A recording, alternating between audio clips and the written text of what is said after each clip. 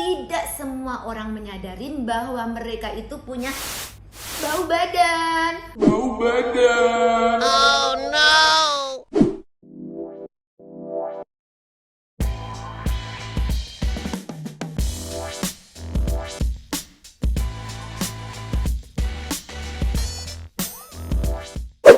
Hai beauties, welcome back to Dr. Erlin YouTube channel. Yeay! Nah, sebelum dimulai, jangan lupa kalian harus subscribe supaya kalian mendapatkan informasi terkini tentang beauty, lifestyle, dan kesehatan. Kali ini Dr. R akan membahas tentang tips untuk menghilangkan bau badan. Sebelum dokter memulai, dokter akan memberitahu bahwa problemnya tidak semua orang menyadarin bahwa mereka itu punya bau badan. Jujur Li, yang mencium bau badan itu adalah orang lain, dan itu bisa merusak hubungan sosialisasi dengan orang lain. Terus itu yang lagi antri mau nonton movie, udah cantik-cantik, udah dandan, aduh, tapi belakangnya bau badan. Terus gimana dong? Beauties, walaupun kalian pakai parfum sebanyak ini, tidak akan membantu kalau bau badan itu tidak dihilangkan sampai ke akar-akarnya. Paling penting kita harus tahu penyebabnya bau badan itu. Yuk kita bahas. Nah, sekarang dokter akan menerangkan secara biologisnya. Tubuh kita itu mempunyai 3 kelenjar yang penting. 1 kelenjar minyak dan 2 kelenjar keringat. Dan 2 kelenjar keringat itu adalah kelenjar ekrin dan kelenjar apokrin. Kelenjar minyak memproduksi minyak, namanya juga kelenjar minyak. Dan kelenjar minyak itu ada di wajah, kepala, dan punggung. Dan kelenjar keringat yang namanya kelenjar ekrin itu memproduksi garam. Makanya keringat itu rasanya asin. Hayo, siapa yang pernah cobain keringat?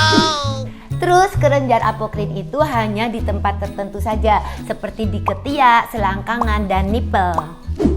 Kelenjar apokrin itu yang menimbulkan bau badan dan dipengaruhi oleh hormon, misalnya pada saat pubertas. Makanya kalau lagi pubertas, nah itu aromanya baru mulai kan? Nah, sekarang bagaimana sih terjadinya bau badan? Jadi kelenjar apokrin ini memproduksi keringat, tetapi keringat ini sebenarnya odorless atau tidak berbau sama sekali. Nah, ketemu sama bakteri. Nah, bakteri ketemu dengan keringat itu yang menyebabkan bau badan. Nah, sekarang kita bahas apa sih yang mempengaruhi bau badan.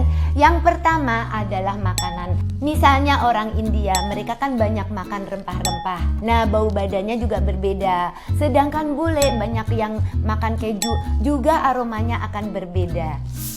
Jadi, kurangin makanan yang menyengat seperti bawang, rempah-rempah, begitu. Yang kedua, stres. Kelenjar apokrin sensitif sekali terhadap stres. Makanya hindarin stres. Yang ketiga, jagalah kebersihan atau higienis, itu penting sekali. Jadi kalau kalian merasa keringatnya udah berlebihan, ganti baju. Jangan sampai menimbulkan bakteri. Yang keempat, jangan lupa memakai deodoran atau antiperspiran. Deodoran itu membunuh bakteri, antiperspiran menahan keringat supaya kalian gak basket. Apa sih basket itu? Basah ketek. Kalau keringat tidak bisa diatasin dengan nomor 1 sampai nomor 4, kalian harus consider dengan menggunakan botok. Nah, botok itu akan memblok sinyal dari otak ke kelenjar keringat supaya tidak produksi keringat. Tetapi ingat ya, kalian harus cari dokter yang berpengalaman. Dan botox itu hanya bisa 4-6 bulan saja. Kalau keringat kalian tidak bisa diatasin dari 1-5, nah gimana ayo? Tapi jangan khawatir, karena masih ada tindakan yang permanen. Tindakan ini permanen dan harus dilakukan oleh dokter yang sangat berpengalaman. Nah, apa namanya? Itu namanya adalah ETS, Endoscopic Thoracic Sympathectomy. Apa sih ETS itu? ETS itu adalah pemotongan syaraf di daerah ketiak supaya tidak memproduksi keringat. Nah, ini adalah cara yang permanen. Nah, itulah cara-cara untuk menanggulangi bau badan. Kalau kalian mempunyai bau badan, kira-kira yang mana ya yang cocok untuk kalian? Jadi kesimpulannya, kalau kalian mempunyai bau badan, be confident. Dan kalian harus pikir tip dokter yang mana yang cocok untuk menyelesaikan masalah kalian. Nah, jangan lupa kalian like, komen, dan subscribe. Juga share video ini ke teman-teman kalian. Nah, juga kalian boleh usul ke dokter apa sih yang dokter harus bahas untuk next videonya. Sampai ketemu di video yang akan datang. Bye!